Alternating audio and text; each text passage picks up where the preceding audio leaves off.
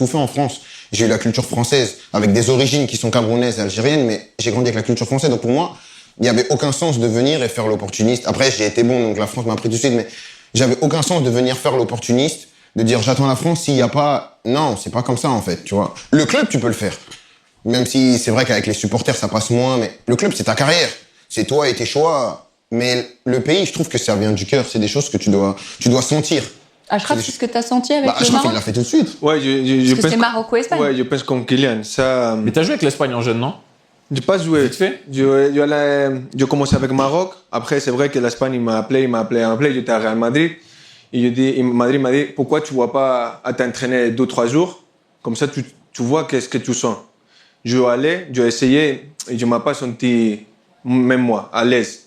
Et je dis que pour moi, que je m'ai senti à l'aise pour continuer ma carrière, même pour mes parents, c'est d'être à Maroc. Et là, ça a bien passé. Mais quand j'ai pris cette décision, je ne suis pas encore à la première équipe de Real Madrid. Comme on l'a dit, Kylian, cette choix, tu devais prendre pour ce que tu sens. C'est pas si j'ai la chance de jouer ou pas jouer, si me va appeler, je ne m'ai pas appelé. Non, tu apprends parce que tu sens que tu te vas sentir à l'aise et que tes parents, c'est une chose plus personnelle que quelqu'un qui te vient, il te parle, il te raconte les projets. Parce que les projets, aujourd'hui, il y a un coach et demain, il y a un coach différent avec une autre mentalité. Mais il y a des gars, ils savent pas en vrai aussi, peut-être. Non, mais aussi, c'est une question de légitimité. Est-ce que tu te sens légitime pour aller? C'est ça aussi. Tu vois, quand on parle de cœur, c'est pas seulement les émotions, c'est aussi, tu sais, la lucidité de dire, est-ce que je suis légitime? Parce que si tu vas, tu prends la place de quelqu'un. Tu vois, est-ce que je suis légitime, moi, pour prendre la place de quelqu'un? Si tu te sens légitime, ouais, j'y vais. Si moi, je m'étais senti légitime, tu vois, avec la France, je me sens légitime, j'ai aucun problème à prendre la place de quelqu'un. Après, la vérité, c'est qu'il y en a, tu vois, ils attendent de voir un peu comment ça se passe d'un côté. Ouais, parce que c'est comme on l'a dit, Kylian. Et s'ils sentent que c'est bizarre, je vais aller de l'autre côté. Et en vrai de vrai, il y a un truc aussi au foot, c'est que tout est penché vers le résultat. Donc quand le joueur il est bon, il peut jouer la balance. Si au final il choisit le pays, les gens ils vont dire bon, les gens ils vont le prendre. C'est un gamin, il joue mais vas-y, il est bon.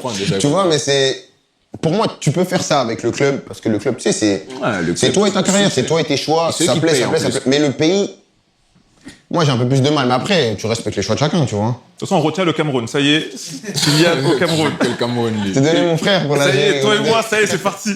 Dernière question pour toi, Malik. Pareil. Question qui arrange. Malik, question qui dérange. C'est sûr. Ouais, j'ai mis le cuir, là, dérange. je suis en loupard, là. Envoie la question qui dérange. Question qui dérange. Malik, est-ce que tu as vu la dernière série de Frank Gastambide?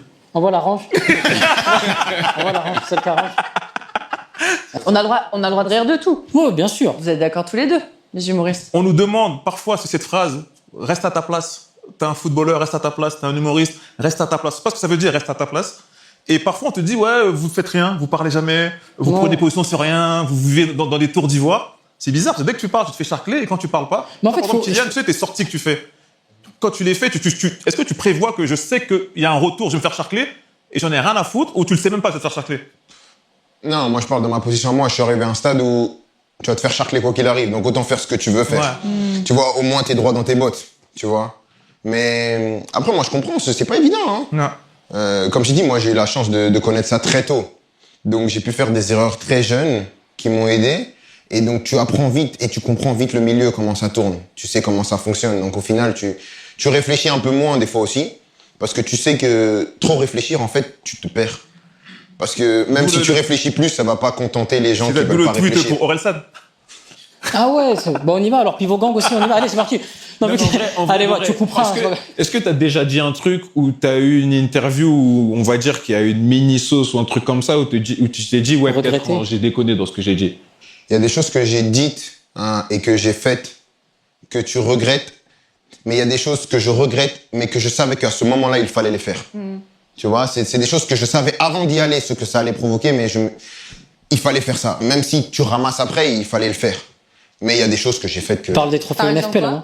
Non, ça c'est pure bêtise. T'as un exemple là qui vient en tête? Bon, les trophées NFP, je pense que celle-là, c'était... C'est un jeune de 19 ans qui est frustré par pas mal d'épisodes et qui a pas extériorisé sa frustration et qui prend le mauvais endroit, le mauvais moment, le mauvais contexte et qui vide son sac et tous les gens, ils me regardaient genre... Qu'est-ce qu'il fait? Mais est-ce que toi, tu captes parfois quand les gens ils disent que ils font le reproche parfois d'être un peu formaté, ce qui est normal aussi avec la notoriété que tu as et tout, mais est-ce que tu peux capter que les gens disent putain, mais je sais pas, crie, pète, rote, glisse. Non, je Tu comprends vois ce que je veux l'idée. dire? Je comprends l'idée. Sois parce humain, que tu sais, il y a le Une côté. protection après, peut-être, non? C'est une protection et c'est une compréhension du milieu dans lequel tu es. Tu sais, dans le foot, quand tu atteins un certain degré, il y a des codes. Et les gens comprennent pas que, quand je suis avec mes amis, quand je suis chez moi, je fais 8 fautes de français par phrase. Tu vois, tu comprends rien à ce que je raconte. Ouais, mais il y a des codes que tu dois respecter. Et c'est pour ça aussi que je suis toujours resté comme ça, pour faire comprendre aux jeunes qu'il y a des endroits pour tout. Il y a des endroits où tu peux faire le con, où tu peux parler comme bon te semble. Et il y a des endroits où tu peux pas. Où, de par ce qu'on représente, nous aussi, tu sais d'où on vient, de ce qu'on représente, et tu dois être parfait. Nous, il y a des erreurs qu'on peut pas faire. Ouais, c'est vrai. Tu vois, donc vaut mieux être plus que parfait, même si les gens vont dire oh qu'est-ce qu'il fait, que penser qu'on est au centre de loisirs, parce que on nous a beaucoup reproché aux footballeurs qui sont naturels. Regarde le dernier exemple, Nicolas Pepe, t'as vu son truc? Ouais, j'ai vu. Le gars parle, il est naturel, il parle comme s'il était dans son Et salon. après, c'est un problème. Qu'est-ce qui se passe? Calme, maison. Bien sûr, bien sûr. Ah ouais, parce que dans le foot, il y a des choses que tu peux pas dire. Les gens comprennent pas qu'il y a tellement d'enjeux que des fois, tu peux pas dire ce que tu penses. Tu peux pas être décontracté. Parce que la décontraction va au grand public, mais va pas aux gens du milieu. Mais des Donc, fois, c'est bien de dommage. plaire au grand public, mais c'est pas le grand public qui va assurer ta carrière. Ils vont te soutenir ou te critiquer, mais... Mais juste, je veux juste dire un truc. Des fois, je me dis que c'est dommage parce que je prends mon cas personnel et je veux vous challenger sur ça pour savoir ce que vous en pensez. Je me dis, ça serait bien des fois que les gens, ils aient la possibilité de voir qui on est vraiment. Et tu vois, quand je fais ça, C'est par pas exemple, tu toujours vois, quand on fait possible. le bridge, tu vois, mon objectif, d'un côté, c'est que les gens, ils puissent voir la vraie facette, tu vois, de nos personnalités. Parce que, un truc tout bête, tu vois, Ashraf, par exemple, je te connais pas, de base. Là, aujourd'hui, c'est une des premières fois qu'on se voit, même si on s'est vu sur le terrain et tout, etc. Et tu vois, ça me fait plaisir de pouvoir échanger avec toi. Kylian, pareil, les gens, ils peuvent dire plein de choses ou quoi que ce soit, Malik sur les réseaux, des trucs comme ça, mais quand on est là, c'est nos vraies personnalités qu'on voit. Et je me dis que c'est dommage que les personnes, des fois, elles n'ont pas forcément accès à ça. Je peux réagir là-dessus. En fait, je me dis parfois, est-ce qu'il n'y a pas de la surcommunication, de la surprotection? Là, tu viens de dire une phrase qui a éteint 3 mois de trucs sur les trophées UNFP. Quand tu dis, c'est juste de la frustration d'un mec qui était placé au mauvais endroit au mauvais moment. Et peut-être qu'au moment où les gens te disent non, ne parle pas, laisse passer, juste cette phrase-là, tu la sors à l'instant T. Il y a une humanité qui ressort de toi en mode, on est tous frustrés dans nos vies, que ce soit pour le football, que ce soit pour le travail. Et le fait d'être connecté avec, parce que parfois on oublie que vous cachez vos émotions, c'est de la surprotection parce que ça prend une ampleur. Mais après aussi, je pense que, tu sais, c'est aussi de la protection parce que il y a plus rien qui t'appartient. Ouais. Aussi, tu vois. Donc, moi, dans mon cas, depuis que j'ai 14 ans, il y a plus rien qui m'appartient. J'appartiens aux gens. Donc, le peu de choses qui te restent. La Aston Martin, quand même. Non, c'est quoi? C'est la Mini Cooper, non? La Mini Cooper, c'est quoi? C'est pas la mienne. Ah, c'est pas la Mais le Tu peu le de gardes choses. pour toi. Le peu de choses qui te restent, tu le gardes pour toi. C'est égoïste, mais c'est à moi. Tu vois, c'est à moi. Je vous ai donné assez, tu vois. Vous avez beaucoup vu. Donc, c'est un mélange de pas mal de trucs qui font que... Et aussi, c'est une vérité. Dans le monde du foot, on en reparle, mais c'est... Chaque erreur, elle peut être fatale pour certains. Ouais, t'as pas le droit à l'erreur. Ouais, bien sûr. Encore moins que dans certains autres domaines. Je pense que vous avez plus le droit à l'erreur, par exemple, dans vos domaines que dans le nôtre. Oh, et eux, ils sont quand même blacklistés, hein. Tu continues à faire des concerts, tu fais des shows, mais tu les fais plus au même endroit. Tu fais une éducation autour Il a de fait un ton truc show. très fort. Malik, s'est fait blacklister. Non, il a pris le choix. Quand on dit qu'on se positionne pas, on se positionne pas assez, Malik s'est positionné, il a pris le choix qui ne jouera plus pour Bolloré. Tu sais, Vincent Bolloré, tout le monde connaît, qui a plein de théâtres, qui a pignon Plein de sur chaînes, rue, ouais. qui a l'Olympia, par exemple. Malik, il a dit, moi, je vais plus chez ce mec-là. Et est-ce que ça t'a coûté ou pas, Malik, de... D'être Un petit- intègre. Ouais, un petit peu. Ça rejoint ce que disaient Ashraf et Kylian aussi. C'est à partir d'un moment, tu arrives à un certain âge où tu as besoin de te sentir aligné avec tes valeurs, avec tes principes. Si tu arrives à dormir et te regarder dans une glace, c'est le principal. Chacun est prêt à accepter une prise de position à un certain moment de sa vie. Moi, il a fallu que le temps passe et j'ai eu 35, 36 ans. Et il a fallu qu'à un moment donné, je me dise, bon, il faut que je fasse des choses qui font sens, qui ont un écho chez moi. Et moi, je peux pas aller travailler avec un groupe quand je vois certaines prises de position, quand je vois les conflits, quand je vois ce qui se passe en Palestine, ça me touche, donc je le dis. Je peux pas me taire, c'est humain, c'est comme ça.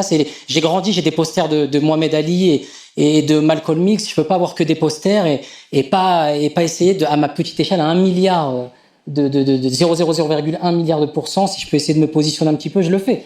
Quand je vous entends, en fait, ce que je retiens, c'est que vous aimeriez pouvoir tout dire, mais que déjà, faut garder un peu pour vous protéger, mais aussi, je pense que vous devez avoir une parole impeccable pour inspirer la jeunesse. Vous êtes des modèles, des rôles modèles. Aujourd'hui, les jeunes, ils sont dans des groupes, souvent, à l'école, dans les clubs de sport. C'est du collectif. Et pour réussir à se démarquer, il faut réussir à être différent. Et j'aimerais justement parler des individualités dans l'art collectif que vous avez chacun. Par exemple, toi, tu vois, Malik, tu as commencé au Jamel Comedy Club. Ouais. Ça ne devait pas être simple de tirer son épingle du jeu. En fait, tout dépend de. Je trouve qu'il y a une cohérence aussi avec l'âge auquel tu vas démarrer. Parce que quand tu démarres à 17, 18 ans, ce qui est mon cas, tu as une forme d'insouciance où tu te préoccupes pas de ce genre de considération. Tu es juste heureux de toucher du bout du doigt ton rêve. Donc tu te dis, t'es pas en train de te dire, je suis un individu au milieu d'un collectif. Tu es juste en train de te dire, attends, là, je viens de faire un sketch de 10 minutes, on me donne de l'argent. Alors que les gens autour de moi, généralement, travaillent, vont à l'usine ou doivent... C'est fou ce qui est en train de se passer. Donc c'est pour ça que si c'était à refaire et que je devais démarrer à 25, 30 ou 35 ans, il y aurait pas la même insouciance et je pense que il y aurait pas le même rendu. Donc à cette époque-là, moi, je suis totalement insouciant et je pense que c'est ce qui a fait ma force. C'est surtout ce qu'il faut rajouter, parce que je le connais bien, Malik, tu as provoqué ta chance.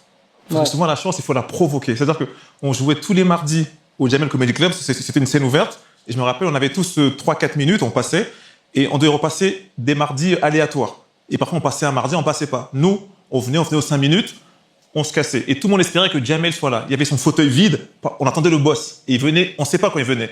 Et Malik, lui, il venait le jour où il joue, il est là. Le mardi d'après, il joue pas. Il est là, il est là, il est là, il est là, il est là. Il est là tout le temps. Et un jour, Jamel est là, et Malik est pas dans le plateau. Mais comme il connaît tout le monde, il dit, hey, le boss est là, est-ce que je peux jouer? Et il joue, il tape dans l'œil du boss, et il part. Tu sais, comme quoi il y a le talent, la détermination, mais il faut aussi être obstiné, je crois. Ouais, la Il faut rigueur aussi- et rien lâcher. Audacieux. Il faut audacieux. Ouais. Oui, c'est vrai, c'est un peu... C'est important de parler de ce sujet-là parce que quand nous on regarde, je pense que le foot c'est un sport collectif, mais c'est le sport le plus individuel presque. Et quand on regarde, on a tous des profils différents. Kylian, évidemment, t'es un attaquant, donc la lumière en marquant les buts, elle vient automatiquement entre guillemets, on va Du dire. coup, c'est ingrat. Nous, c'est un peu plus ingrat, tu vois. Et Achraf, moi, j'aimerais savoir comment tu as réussi justement à trouver ta voie et à savoir ce que tu devais faire pour continuer à être performant et pour continuer à faire partie de l'élite, tu vois. Ah ouais, c'est vrai que ma position, c'est un petit peu différent. Mais c'est ça ma force. Essayer de changer ma position d'être un latéral comme ça fait 10 ans que je regarde le foot, que tu vois des latérales modernes qui défendent, ils sont muy défendus, ils attaquent pas beaucoup. Ce que moi, aussi, ma qualité, ma force, c'est la vitesse et la force de monter et de descendre de beaucoup froid. Ce que moi, j'essayais de changer mon poste et de que les gens ils voient que le latéral, c'est un poste important dans l'équipe. Oh, tu défends comme ça. Et est-ce que Kylian, il défend ou pas, lui? C'est vrai que... Il défend moins. Il défend moi parce que c'est attaquant et on a besoin qu'elle était plus fraîche. Quand on était ensemble, j'ai besoin qu'elle était plus fraîche pour attaquer et de marquer des buts. Et quand on donne le ballon, il fait la différence. Mais c'est vrai que s'il essaye de défendre un petit peu pour aider nous, c'est plus facile pour les défenseurs de récupérer le ballon en temps de milieu. Que, même s'il ne fait pas l'effort comme nous on fait, c'est d'empêcher à les défenseurs de l'autre équipe d'arriver à la part des milieux plus faciles. Comme ça, ils ne sont pas faciles d'arriver à une attaque. Mais c'est marrant que tu parles du poste de latéral parce que moi j'ai joué T'as joué avec latéral? lui. Non. Il a fait un J'ai joué même, ça y avec est. lui et j'ai vu l'évolution en fait, ne serait-ce que quand il était à Paris. On a eu 3 différents coachs et les 3 ils lui demandaient pas la même chose en fait. On est arrivé avec Pochettino où vraiment il lui demandait pas beaucoup de monter parce qu'il avait Léo devant lui et quand tu as Léo, enfin, c'est Messi, t'as pas besoin de monter, il y a Messi devant toi. Tu donnes le ballon et tu restes, tu bouges pas. Juste il faisait l'écran, il courait pour que Léo il rentre sur son pied. Mais j'ai vu après tu sais l'évolution avec Lucho où c'était vraiment une option offensivement. C'était que vraiment il était parti pris dans l'animation offensive. Genre, Achraf, il était vraiment important. Tu sais, la manière dont il pouvait s'insérer dans le milieu de terrain, ou même où il pouvait tout de suite chercher en profondeur, on faisait une ressortie à 3. Donc en fait, ça te donne pas mal d'options tactiques, ce qui fait que tu es super flexible. Tu as différentes options, en fait, en tant qu'équipe. Et ça, je pense que c'est un avantage. Et tu vois, dans leur équipe aujourd'hui au PSG, ils ont un avantage parce qu'ils en ont 2 comme ça. Ils ont lui et ils ont Nuno de l'autre côté, ce qui fait qu'ils peuvent changer à chaque fois. Et ils ont tellement d'options qu'en fait, pour l'adversaire, c'est difficile de savoir, et même pour l'ailier, de se dire, ah, il va monter, il va pas monter, il va à l'intérieur, il va ici. Tu vois, Achraf, quand je regarde toi à ton poste, et c'est ça qui est un peu ingrat parce que tu peux faire les mêmes matchs que tu fais en tant que latéral, mais si tu marques ou tu fais une passe, les gens ils vont parler de toi encore plus. Tu vois, et même pour parler de Kylian, c'est marrant puisque comme Achraf il a dit, en vrai l'attaquant il est là pour marquer des buts. Ça veut dire que si le gars il défend peut-être un peu moins et tout, des fois Kylian on peut être sur le terrain, tu le regardes, il défend un peu moins, après il te met 3 buts et tu te dis ah ouais en fait. Non, mais je pense Il a fait la différence. Je pense que même dans la transition du foot, je pense que c'est bien aussi de demander à tes joueurs de devant. Je pense que même quand on parle de ça, c'est vrai que je suis quelqu'un qui fait moins, mais je regarde que quand je le fais, ça impacte vraiment l'équipe. Quand tu regardes à Madrid, quand je le fais, tout le monde est là. Parce que les gens, ils s'y attendent pas aussi. Tu vois. Ouais, non, c'est vrai que c'est quelque chose qui me reprochait souvent et moi, ça me dérange pas parce que c'est des critiques qui sont constructives. Aujourd'hui, la vérité, c'est que je suis un joueur qui défend moins et parfois, ça peut être un problème. Et j'ai pas de problème avec ça parce que en tant que joueur, il y a des choses qui font que tu fais que l'équipe est différente positivement et il y a des choses que tu fais que l'équipe est différente négativement. Si tous les joueurs étaient parfaits, je pense que le football, il serait bien ennuyeux. Mais je pense que c'est important de dire que chacun doit comprendre aussi son rôle dans le sens où, comme on a dit, que ça soit quand tu es latéral ou milieu ou défenseur, en vrai, la lumière, tu vas pas l'avoir de la même manière. Et il faut aussi comprendre ce dont l'équipe a besoin. Et moi, je me souviens qu'il y a eu des moments où j'ai un peu galéré par rapport à ça, puisque, en vrai, tout le monde aime la lumière, tu vois. Mais en fait, tu te rends compte que... Ah, mais là, t'es en pétard, là. Ouais, Ah, là, t'es en pétard. Mais en fait, le truc... Là, il est comment? Non, il est comment, bien, là? il est bien. Mais en fait, le truc, c'est dans le Là, sens où... on peut dire que c'est son moment ou pas? Je lui envoie un message, c'était après Celta Vigo, on s'est au téléphone, j'ai dit putain, c'est toi notre franchise player, vraiment. et il marque les buts et tout, homme du Là, match. Aurélien, avant, t'avais un poste, comme tu dis, un peu ingrat. Comment t'assimiles ça? Il y a de la frustration. Comment ça se passe, le process, pour qu'après, tu reviens et là, t'es vraiment en pétard. On dirait que t'es la meilleure version de toi, on dirait, là. Non, je pense que la différence, elle se fait dans la mentalité. Ok. Ça veut dire que je pense que là où j'ai progressé, c'est dans la capacité à comprendre mon rôle et comprendre ce dont l'équipe a besoin. Comme on a dit, il y a des gars qui sont capables de faire plusieurs choses et tout, mais la vérité, c'est qu'il ne faut pas se disperser. Si tu sais là où tu es le meilleur et que tu le fais au très haut niveau, le reste, après en vrai, tu t'en soucies pas. Et comme Kylian et Achraf ils disaient tout à l'heure, faut pas trop faire attention à ce que les gens disent parce que justement, en fonction de ce que les gens disent, ça peut te driver vers la droite ou vers la gauche. Si tu finis un match et les gens ils disent « Ah bah non, faut que tu attaques plus ou faut que tu défendes plus », et si ça trotte un peu dans ta tête, après, t'es plus la meilleure version de toi-même puisque tu essayes de satisfaire un peu tout le monde, tu vois. Et quand tu es vraiment bien dans ce que tu sais faire et tu fais juste ce que tu as à faire au très haut niveau, après le reste... Mais ce que tu dis, ça passe aussi par la connexion que tu vas avoir avec le bon coach. Je pense que le coach aussi, il te permet de débloquer quelque chose. C'est marrant parce qu'il y a ça aussi au cinéma. Quand tu regardes, là, il y a quelques semaines, il y a Michael B. Jordan qui a eu un Oscar. Ben, il s'est trouvé avec un réalisateur qui s'appelle Ryan Coogler. Tu as eu aussi Scorsese avec DiCaprio ou De Niro. Donc, tu as toujours cette alchimie qui va exister entre un duo. Non, mais como la de Kylian, yo commencé avec Pochettino, qui me demandait un sauce, et grâce à Luis Enrique, il m'a fait ouvrir C'est ça. ma vision.